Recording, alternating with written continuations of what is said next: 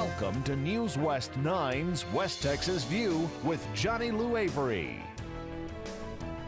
Welcome to the West Texas View. I'm Johnny Lou Avery, and it's my pleasure to welcome back today Dr. Bobby Jane. I've imposed on him several times to come in because every time he comes, I have such great feedback from his programs. He's the regional chair of the Department of Psychiatric Studies at Texas Tech Health Science Center in medical school.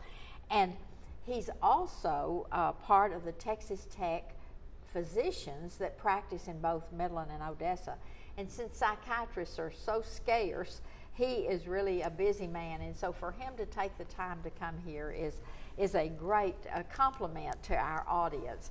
And I have a number of things that I want to talk to him about, so we're going to go through several issues this Sunday and next Sunday.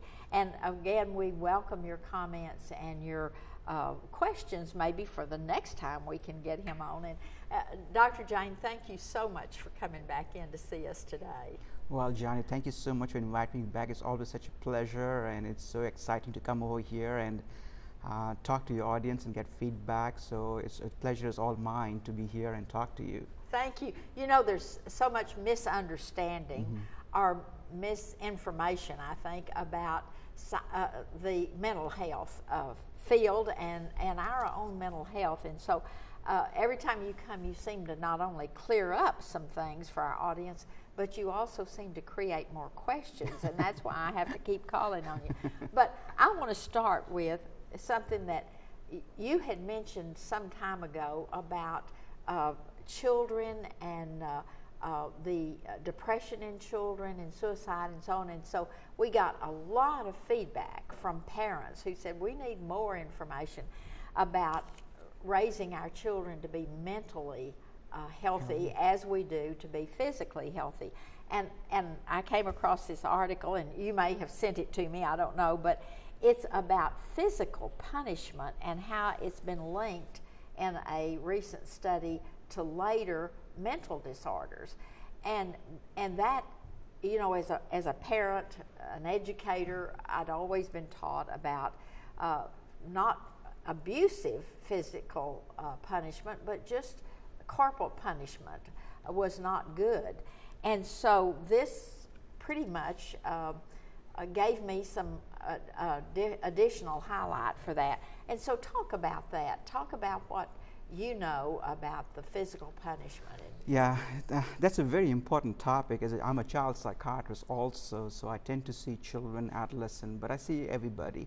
But this is one of the most common problem or question I get asked by the parents, is that if the child is getting rowdy or is not listening, is it okay to swat them on the bottom? Or well, actually, sometimes ends up being more than that, and they want to know what the science actually says about that.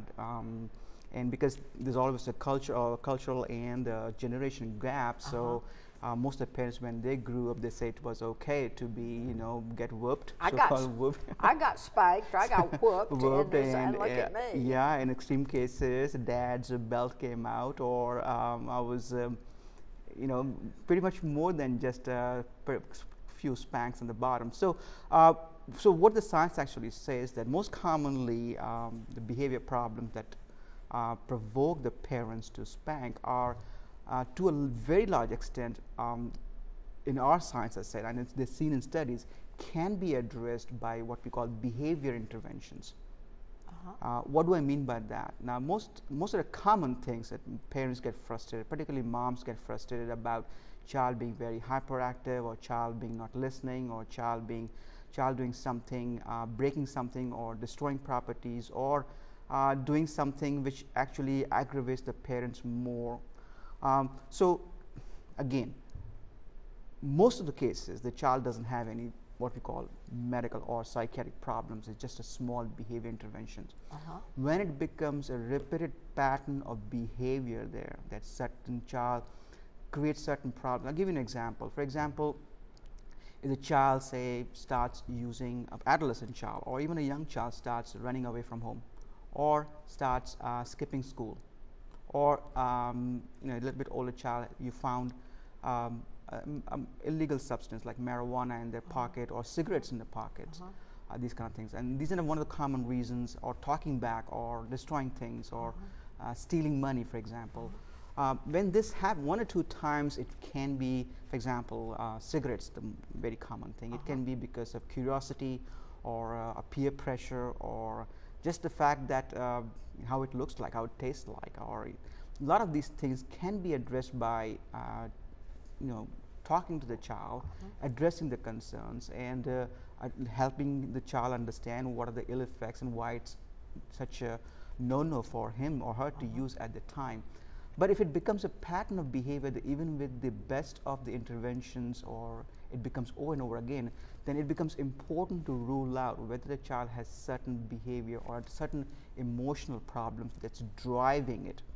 I'll give you an example. A very common illness, as we call it, attention deficit hyperactivity disorder, common in up to 7 to 15% of kids in our population. It's called ADHD.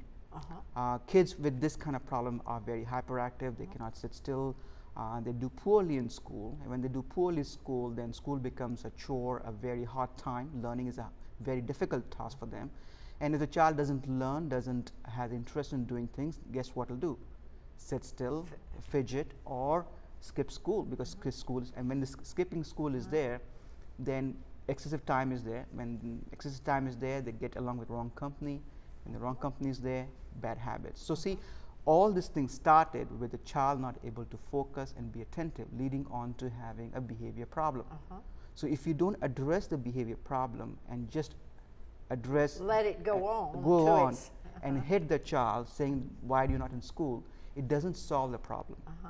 So the problem is just like the cause, what is driving the behavior problem, is not being solved. You're just kind of addressing the outlook. And so to spank the child only makes him angrier or more confused or more frustrated himself. Right. And so that's exactly. Right. So the effect of spanking, if you call it, the hitting or anything that we call it, tends to becomes more conditioned, in the sense that the behavior problem becomes more ingrained. It's almost like a stubbornness sets in. Yes, stubbornness gets up. And so I'm going to defy my parents even more and more. Exactly. We're going to have to take a break, and we're going to come back in just a minute and continue this conversation. Join us in just a minute. Stay tuned. West Texas View will be right back.